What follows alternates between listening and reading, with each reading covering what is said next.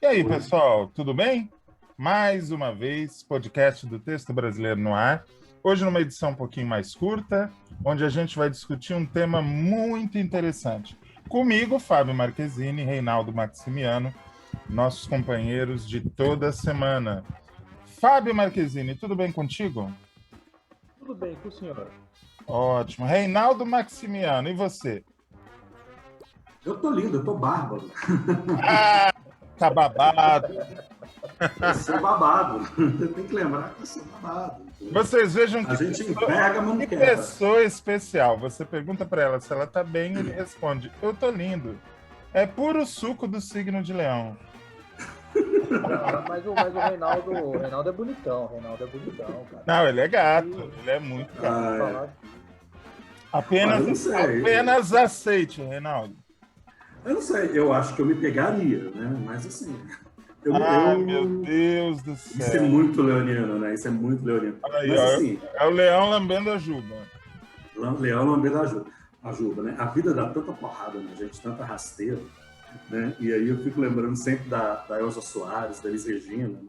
Fico assim, vamos dar risada, gente. Exatamente. Vamos deixar a crítica para os inimigos, as inimigas. Vamos nos amar e vamos discutir. Exato. Que tema hoje, hein? Do que a gente vai falar? Nós iremos falar sobre a emissora do ano 2000 que não chegou no ano 2000. É uma porra, né? É uma puta, é foda, mas vamos falar da querida Rede Manchete. Né? Eu adoro que o Fábio, ele sempre traz um traço de otimismo para nossa narrativa. É a característica dele. E aí, Fábio, como é que foi a Manchete na sua vida? Como é que foi esse sopro de inovação que significou essa emissora? Olha, primeiro, Hacker, espero que você não me tire daqui pelo meu otimismo, né? Por favor, né? Não, você só está aqui porque você é pessimista e traz considerações absolutamente desagradáveis, senão você não estaria aqui. É anos vendo provocações, né? Do Abu Janra, né? Então. Vida é sua, estrague-a como quiser. Eu acho que, assim, quando eu assistia a Manchete, eu sempre tive uma visão de que a Manchete era uma emissora com uma característica muito forte e talvez seja bobagem que eu vou falar, não sei, mas eu acho que ela é a que mais se aproximou da Globo pela inovação que ela trouxe à televisão e principalmente pelos programas que ela produzia, que ao mesmo tempo ela trazia programas de classe A, né, como no início dela foi, né, mas também programas assim popularescos, né? Eu acho que a Manchete, a gente olhava para a Manchete e como uma emissora também com muito erotismo, né? E acredite, eu acho que foi a melhor emissora a fazer isso. Não teve outra igual. Eu acho que a Manchete foi a melhor, seja na dramaturgia ou qualquer outro tipo de programa. E outra coisa, não existe emissora que fez o carnaval que a Manchete fez. E não estou falando de carnaval apenas. Ela deu uma cara própria, né, para a transmissão. Não estou falando do carnaval da Sapucaí, não. A Manchete, ela fazia o carnaval porque era da manhã à madrugada. Era um carnaval holístico, né? Não, ninguém consegue fazer. A Globo nunca conseguiu fazer. Nunca conseguiu. Então, o que eu sinto falta era do carnaval da Manchete, porque não havia pudor algum no carnaval. A Manchete foi a única emissora que, de fato, colocou no ar o verdadeiro carnaval. Seja da Sapucaí, seja dos bailes do Scala, seja no Gala Gay, seja naqueles desfiles de fantasia do Glória. Não há outra emissora. Então, eu sempre olhei a Manchete com algo um pouco próximo da Globo, não na questão de programação, enfim, mas na questão da inovação, da característica dela, né? E, enfim, é uma pena que se perdeu, né? Infelizmente. Eu senti muito e eu assisti o fim da Manchete, assim, porque ao contrário de algumas outras emissoras de televisão que acabaram meio abruptamente, a Excelsior, a Tupi, por mais que a Tupi estivesse em greve há meses, as pessoas não acreditavam que aquilo ia acabar. Era a emissora pioneira, né? A Manchete não, foi um fim anunciado por uns 6 meses. E eu acompanhei muito a Manchete naquela época, porque eu sabia que eu estava vendo o fim da Manchete. E eu digo que eu vi, não o último frame, mas no último dia eu estava lá. E no primeiro dia da sucessora, cujo nome eu prefiro não declinar, eu também estava lá. Então eu acompanhei e foi muito triste o final, muito triste.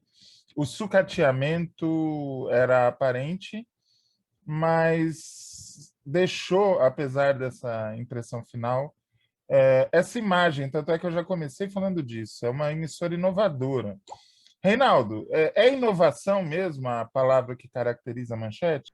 Acho que a questão, assim, a TV Manchete ou onde a TV se reinventou, né? Ou onde a TV inovou. Porque ela entra, né, ela entra já com emissoras estabelecidas, né? Ela chega no ar no início dos anos 80 já com emissoras como a Band, o SBT. O SBT foi bem contemporâneo também, né? Mas a Globo já estava ali, a Band já estava ali, Record. Então, assim, ela chega nesse momento, assim, né? E ela chega fazendo muito alarde. Ela chega fazendo carnaval, né?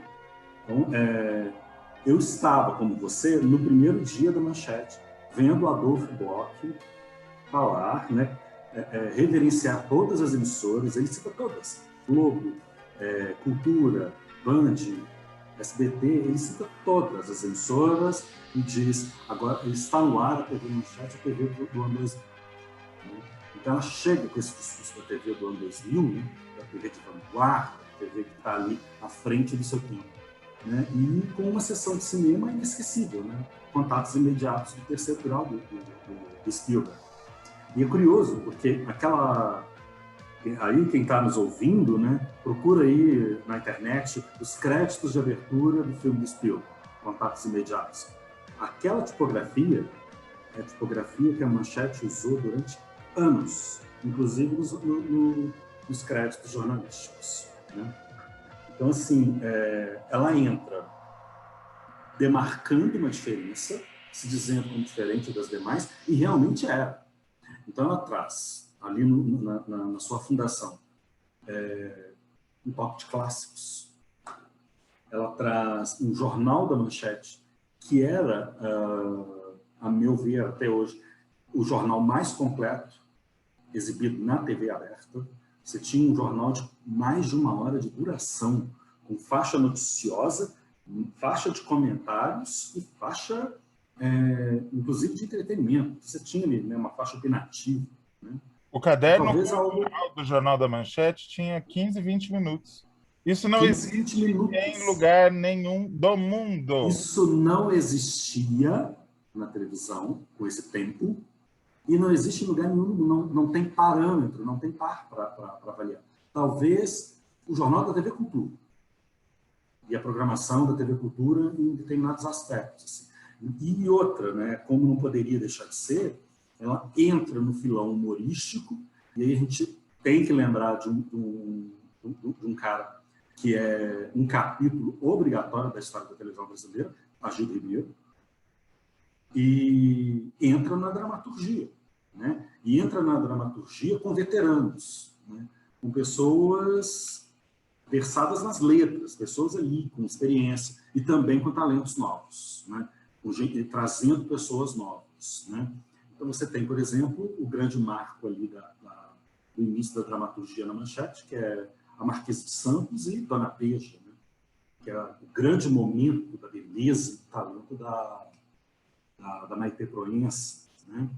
Você tem uma dramaturgia que precisa encontrar um lugar diferente da dramaturgia que já era explorada pela Globo, herdeira da Tupi, herdeira da Excelsior. Tinha que ser uma coisa diferente.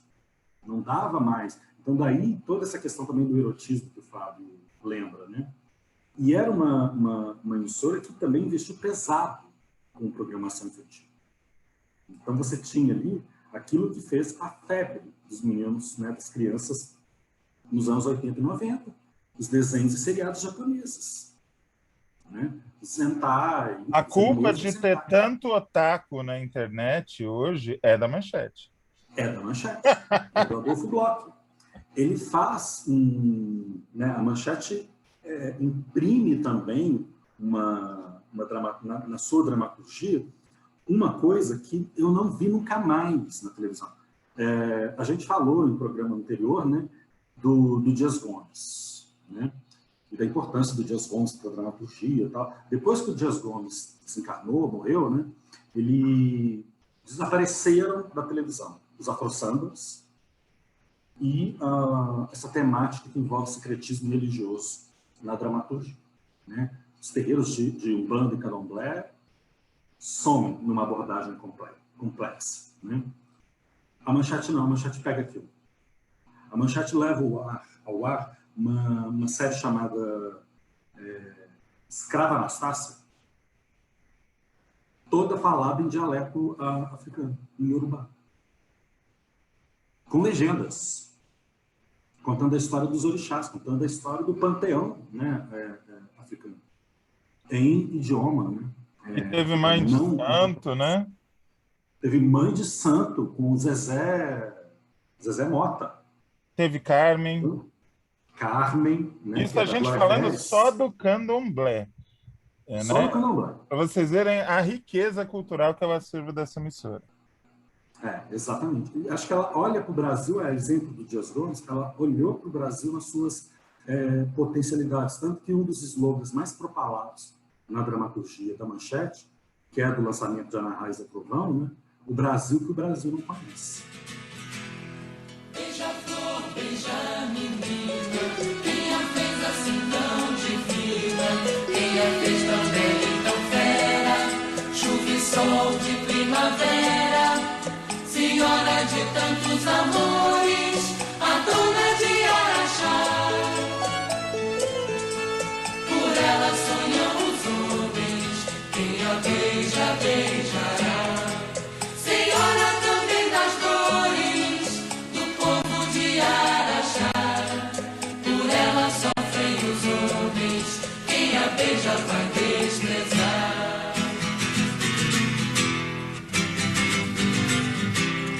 Que mistério, basta um olhar, ela vai nos enfeitiçando.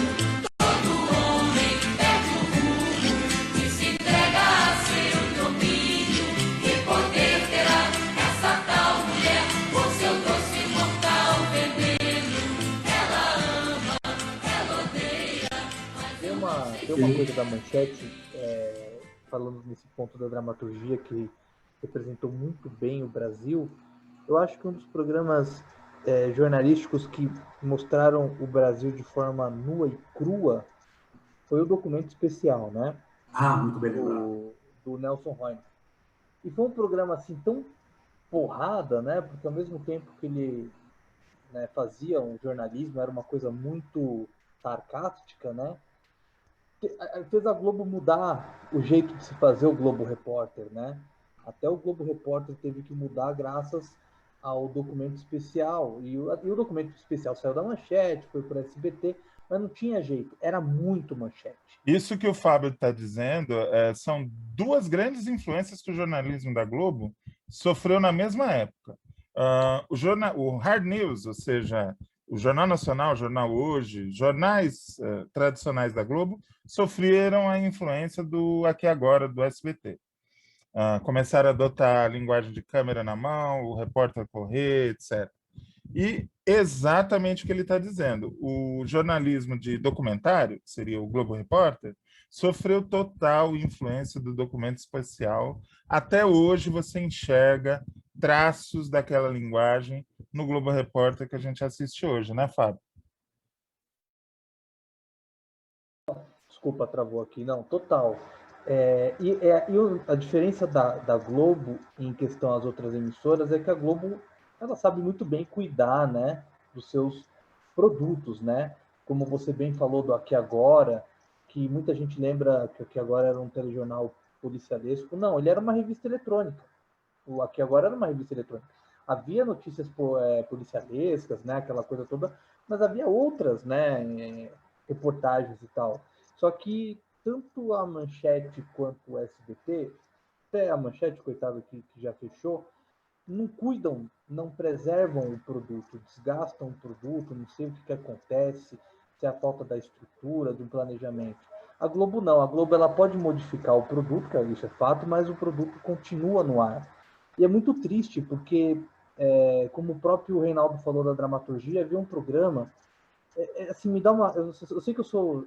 o Hack falou que eu sou muito pessimista, mas porra, cara, isso me dá uma tristeza, porque tem um programa chamado VAR Academia. Porra, cara, a gente mal tem isso aí.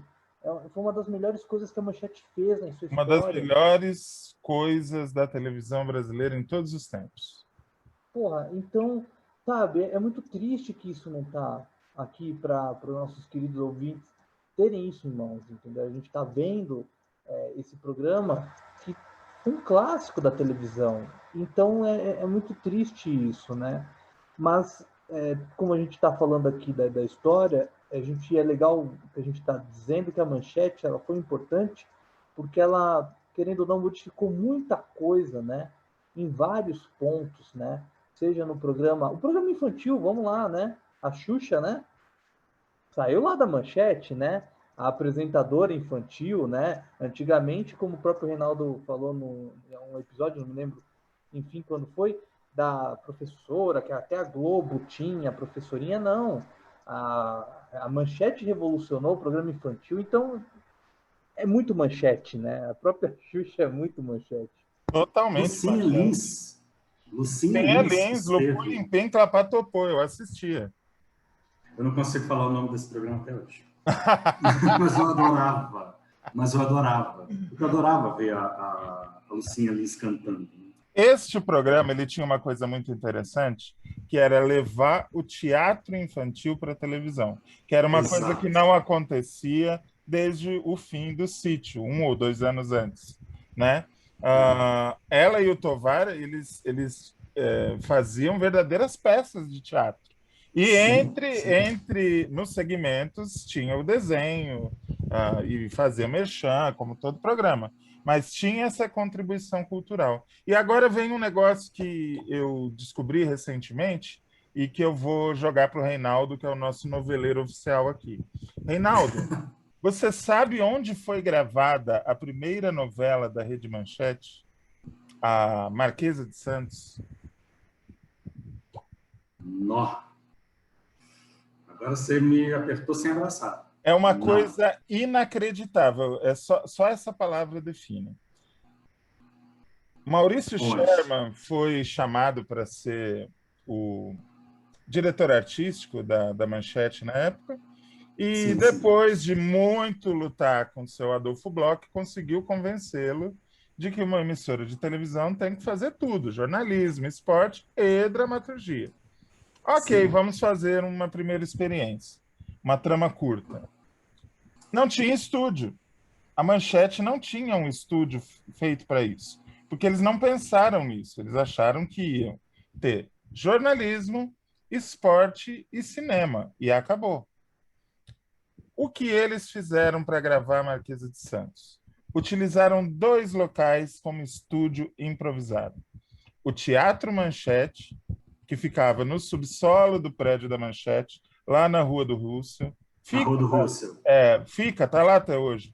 Eles gravavam no palco do teatro, cenário montado, como a Excelsior fazia nos anos 60, gravava no Cultura Artística, né, em São Paulo, na Rua Nestor Pestana.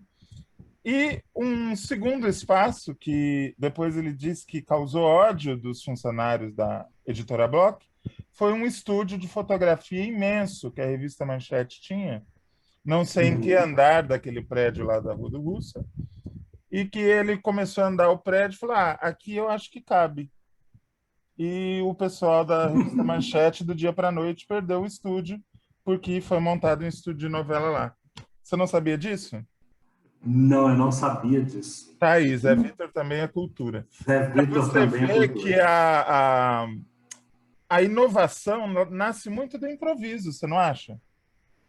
Muito do improviso, e é curioso, porque quando a Manchete entra na fase crepuscular dela, né, ali já em 93, né, onde você tem os primeiros embates por direitos trabalhistas, uma série de coisas que a Manchete atravessou, você tem uma improvisação muito grande numa novela chamada Guerra Sem Fim, do Louzeiro, do José Louzeiro, e que as sequências também eram feitas no prédio da Manchete, ali né, as cenas eram gravadas ali no prédio da Manchete, na Rua do Russell. Então você vê, assim, ela já começou improvisando e terminou também, né? Caminhou na sua fase crepuscular, improvisando. A Manchete parece uma...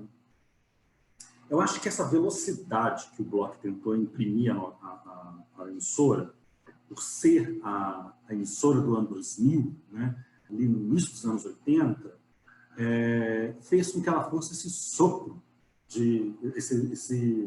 não é um sopro, esse chacoalho, sabe?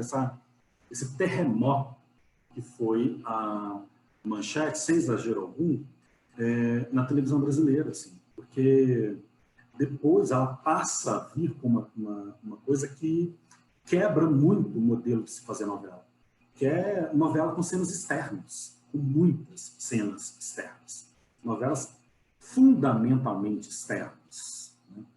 Como o Pantanal, por exemplo, né? Como Ana Raiz e Trovão, que é um projeto ambiciosíssimo, né? Que é uma novela que acompanha um grupo de peões, né? Com carretas coloridas cortando as estradas, né? Em minhas veias, tempestade. Em minhas veias, tempestade, né? Então, assim, cruzando o Brasil, né? Então, assim, você tem uma proposta de dramaturgia extremamente ousada, né? E cara, e onerosa. E fazer isso, o Marquezine vai saber explicar isso muito bem para a gente. Porque o que a Manchete tenta imprimir na dramaturgia dela, a partir de Pantanal, é algo muito dispendioso. Você não tem... É um desafio tecnológico, inclusive. Porque você não tem equipamento adequado para aquilo.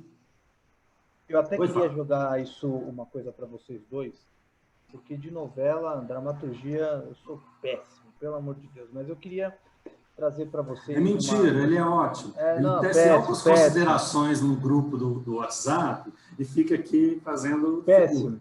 Uma porcaria. Mas eu queria...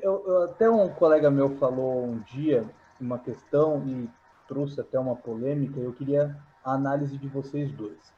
Pantanal, eu acredito que é a maior novela fora da Globo, né?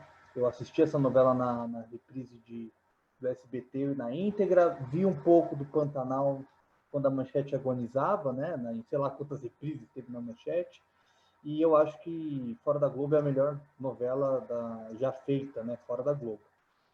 Esse meu colega disse que Pantanal, o sucesso de Pantanal é o início do fim da Manchete. Foi o sucesso de Pantanal que começou a derrocada.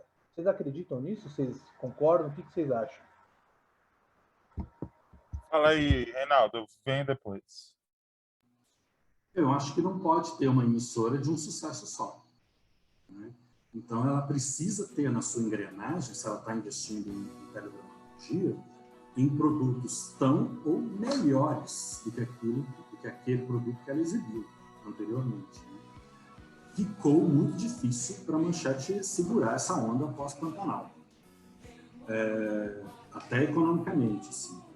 Mas eu creio que eu não diria que Pantanal sela esse fim, não.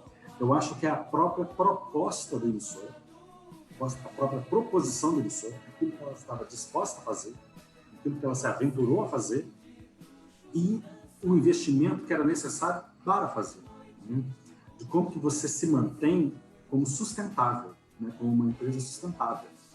Então, assim, você pensar numa novela como Amazônia, em 3 tempos históricos diferentes e simultâneos, né? Ok, Lauro César Muniz nos apresentou isso na década de 70 na Globo com o Casarão, né?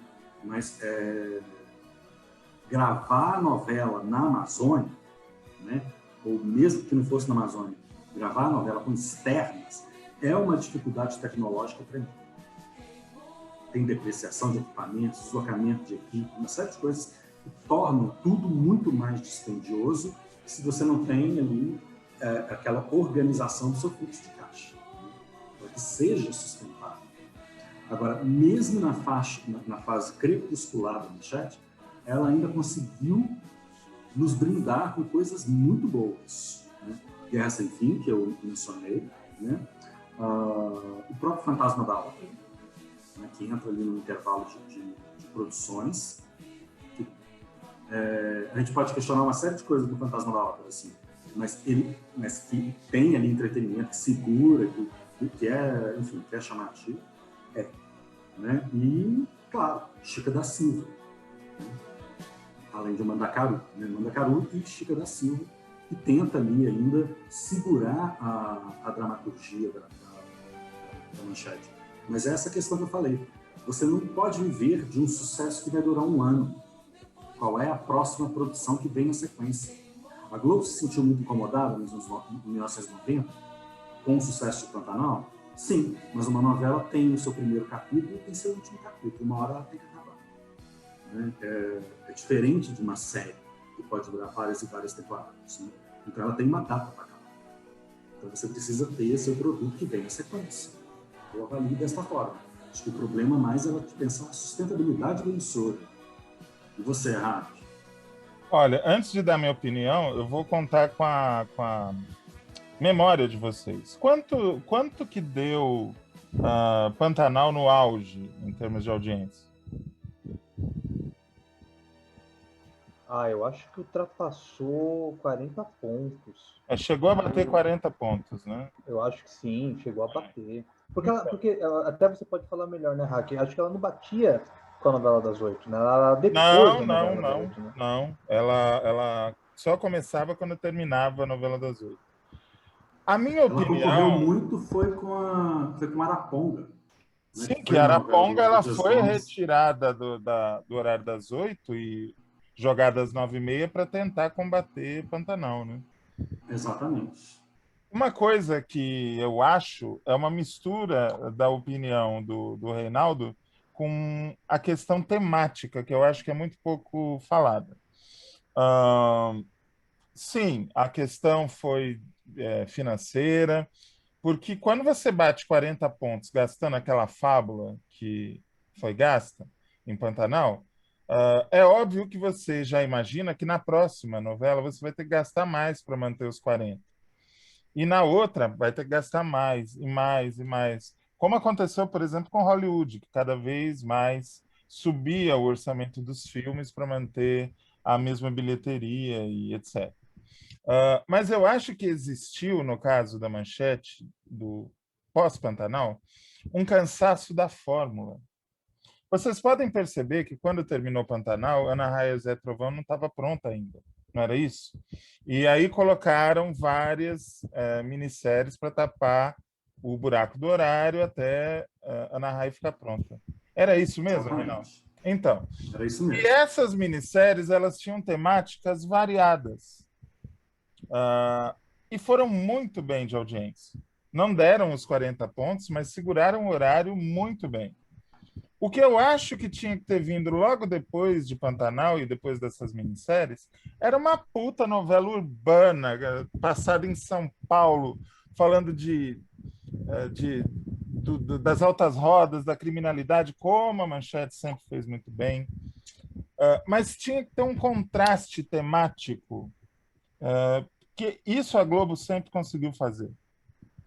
Vinha uma novela muito urbana, depois vinha uma rural, depois vinha uma mais leve, aí vinha outra urbana. E essa sabedoria, o Bloch não teve. Ele veio com a Ana Raia já caiu para uns 15, 20 pontos.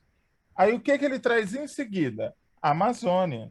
Aí alguém pode dizer assim, ok, mas a Amazônia tinha um núcleo no futuro, né? A Manaus do ano 2000 estava ali.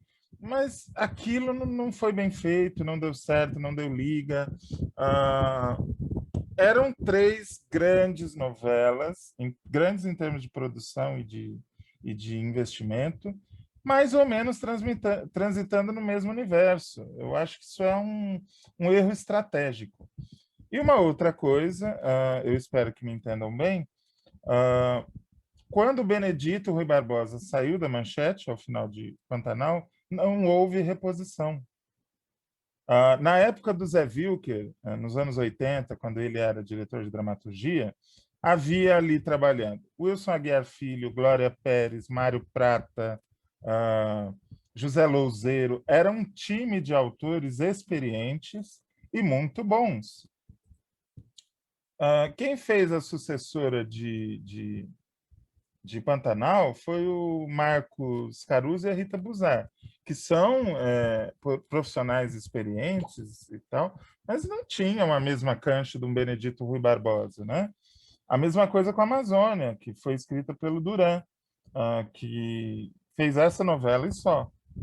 Então, eu acho que faltou estratégia, não é só uma questão financeira. Faltou Isso que você tinha falado da Globo, Hack, a Manchete nos anos 80, querendo ou não, fez. Ela fez Dona Beija, de Dona Beija, que, como você citou num outro episódio, Carmen, Corpo Santo e Cananga do Japão. Eram novelas distintas, né? E muito boas. Repara, Fábio, que a Manchete só deu altas audiências novamente com Chica da Silva, que é uma novela que não tem nada a ver com essa coisa rural. Exato. É uma novela que quebra com... E é uma novela que quebra, porque ela vai lá para o Brasil colônia, né? Eu concordo com a perspectiva do Hack, viu? Porque talvez tenha faltado, sim, essa perspectiva de garantir diversidade temática e de tempo, né? De temporalidade para aquilo.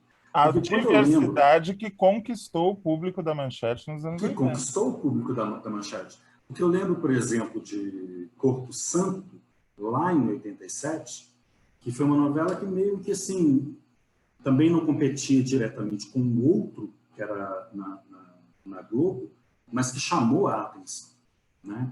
Despertou a atenção, por conta, talvez, da abordagem daqueles temas e do texto, né, que o Louzeiro imprimiu ali na história, né? E a gente vai ver uma coisa semelhante muito anos depois, na Record, com Vidas Opostas, do Marcílio Moraes. Exatamente. Então, assim, que é uma coisa muito próxima daquilo que o Louzeiro e o McDowell, né, o Cláudio McDowell, faz no Corpo Santo em 87. Então, talvez algo mais próximo de Corpo Santo na sequência, porque a novela anterior tinha sido Cananga do Japão, que já era uma história de época e uma novela muito boa, do Wilson Aguiar Filho. Vem Pantanal, vem Ana Raio. Então, assim, e vem Pantanal, quer dizer, vem Ana Raio na sequência de Pantanal, que já era uma saga familiar. Então, vem outra história de saga. E esse modelo de sagas, ele é lento, ele é dispendioso, ele dura muito tempo e ele é cansativo, né? Então, assim, eu não sei se alguém consegue maratonar 2, 3 filmes épicos da época de ouro de Hollywood na sequência. Assim, porque exatamente. Cansa. Sabe o que eu teria feito no lugar do Bloch? Ao invés de gravar uma novela... Ana Raio eu ainda acho que passa, mas, por exemplo, no caso de Amazônia, em vez de gastar os tubos para gravar uma novela na Amazônia, eu faria uma novela em Água Grande mesmo, nos estúdios da Manchete, barata, de baixo orçamento, e contrataria o Gilberto Braga. Sim. E uma outra coisa, havia projetos na Manchete, né? Você tinha ali um projeto do Crime do Padre Amaro, que é não sei se é da Edilene ou da Edmara Barbosa. Sim. Né? Você tem ali o Crime do Padre Amaro, que teria dado nas mãos que, vamos lá, olha quem estava na Manchete dirigindo o dramaturgia. Shizuki Yamazaki. Uma das nossas maiores cineastas. Uma das nossas maiores cineastas, uma excelente profissional da televisão. E a televisão ainda precisa render tributos a Shizuki Yamazaki. Então você tem ali Cananga do Japão com a batuta da Shizuki Yamazaki. Barra pesada. Né? Você tem Pantanal com o Jaime Monjardim, que também é barra pesada. Né? E você tem o Luiz Fernando Carvalho, que tinha dirigido anos antes a novela do Prata, né? o Helena. Em parceria com Denise Saraceni. Em parceria com Denise Saraceni, que é outra barra pesada. Então, assim, e olha só, Helena, do Mário Prata, trouxe aquela que, que era o rosto da Tupi, que era a grande estrela ali, né? Aracide Balabanian. Exatamente. Peso de ouro, peso de ouro. Ela vem daquela geração da montagem de Hair, no final dos anos 60. Exato. Se eu não estiver muito enganado. Sim. Então, assim, Armando Borgos, que veio também dessa geração, ela pega um lançamento da Globo, que teria sido a Luciana Braga, em Sim a Moça, e tanto que até hoje, apesar de ter tido Helena na manchete, né, quando eu penso em Helena, eu penso na Luciana Braga. Exatamente, ficou Quando eu o leio, rosto dela marcado, né? É o rosto dela marcado. Quando eu leio o livro do Machado de Assis e vejo Estácio, eu vejo Thales Panchacon, vejo Maiara Magno e outro ator que é barra pesadíssimo que estava nessa novela, Otton Bastos. Otton Bastos. Otton Bastos. Ícone do nosso cinema novo. Faltam 2 minutos para acabar o programa. Eu quero que o Fábio Marquezine me responda uma pergunta. Direto, sem enrolar. Fábio Marquezine, você assistia ao Cavaleiros do Zodíaco? Eu vi algumas coisas, eu nunca gostei muito desses programas aí japoneses, desenho, nunca gostei. Eu Mas visualizo você de short Adidas no sofá, tomando todinha e assistindo Cavaleiros do Zodíaco. E gravando no videocassete. Vamos usar um bordão do nosso inesquecível Clodovil. Olha ali para a lente da verdade e confessa, você gostava. Eu assistia, porém, assisti um pouco, porém, o que eu assistia que passava antes era o Clube do Seu Boneco. Bom, com essa confissão, saída você do assistia armário... também, Hack, você também assistia, e você assistia também, que eu sei, não interessa. O seu boneco na manchete, que ele fazia o programa de auditório com o calouro lá. Você assistia, eu acho fala a que verdade. você está tentando denegrir a minha imagem depois dessa saída do armário espetacular aqui. Eu acho que denegrir não é uma boa palavra. Eu acho que precisamos problematizar a palavra. Não, todo mundo aqui... Precisamos problematizar a palavra denegrir. Todos aqui, caros ouvintes, todos aqui assistiam os bailes vermelho e preto do Scala da manchete até de madrugada, com o controle remoto na mão, a outra mão já não sei, mas assistia sim. Vocês sabem que uma grande tristeza é o famoso meme do fecha na Prochasca não ter sido na manchete, porque combina mais com a manchete do que com a Band, infelizmente. Com agora, isso, você sabe uma coisa que eu tenho saudade? O quê? É do carnaval, porque aí tinha aquele desfile de fantasias. Você tem 30 segundos para encerrar. Eu estou falando do baile de carnaval, né? Chegava no carnaval, aí tinha aquele desfile de fantasias. Clóvis Bornai. Sim, maravilhoso. Então, assim, maravilhoso. Então, assim, a gente não está falando de qualquer emissora, não. Não, de onde a TV sempre teve representatividade, Gala Gay. Assistia Gala Gay, gente. E outra, primeiro beijo gay da televisão brasileira foi na manchete. Exatamente. Vocês viram que a manchete não cabe num episódio, né? Não, e outra coisa, só rapidinho. Uma das coisas espetaculares que a manchete fez, na minha opinião, é a vinheta de abertura e encerramento. Aquilo nunca mais. É lindo, é poético. Fica, inclusive, uma homenagem para o Paulinho, que morreu recentemente. O Roupa Nova fez a melhor trilha de emissora de televisão já produzida em qualquer lugar. Eu confesso aqui, se eu assistir, eu fico emocionado. Até hoje. Aí. Gente, um abraço. Muito obrigado por terem estado com a gente em mais um episódio. Corram para o YouTube para ver o que era o Clube do Seu Boneco. Vocês vão se surpreender. E é isso. Beijo, abraço, aperto de mão. Tchau.